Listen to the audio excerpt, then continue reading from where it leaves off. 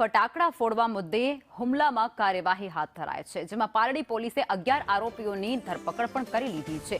પારડી ભઠ્ઠા પાસે Vraj plaza complex બહાર આ હુમલો થયો હતો, જેમાં હત્યાનો પ્રયાસ અને રાયોટિંગની કલમ હેઠળ ગુનો નોંધાઈ ચૂક્યો છે। પોલીસે ગુનો દાખલ કરી અને વધુ તપાસ પણ હાથ ધરી દીધી છે।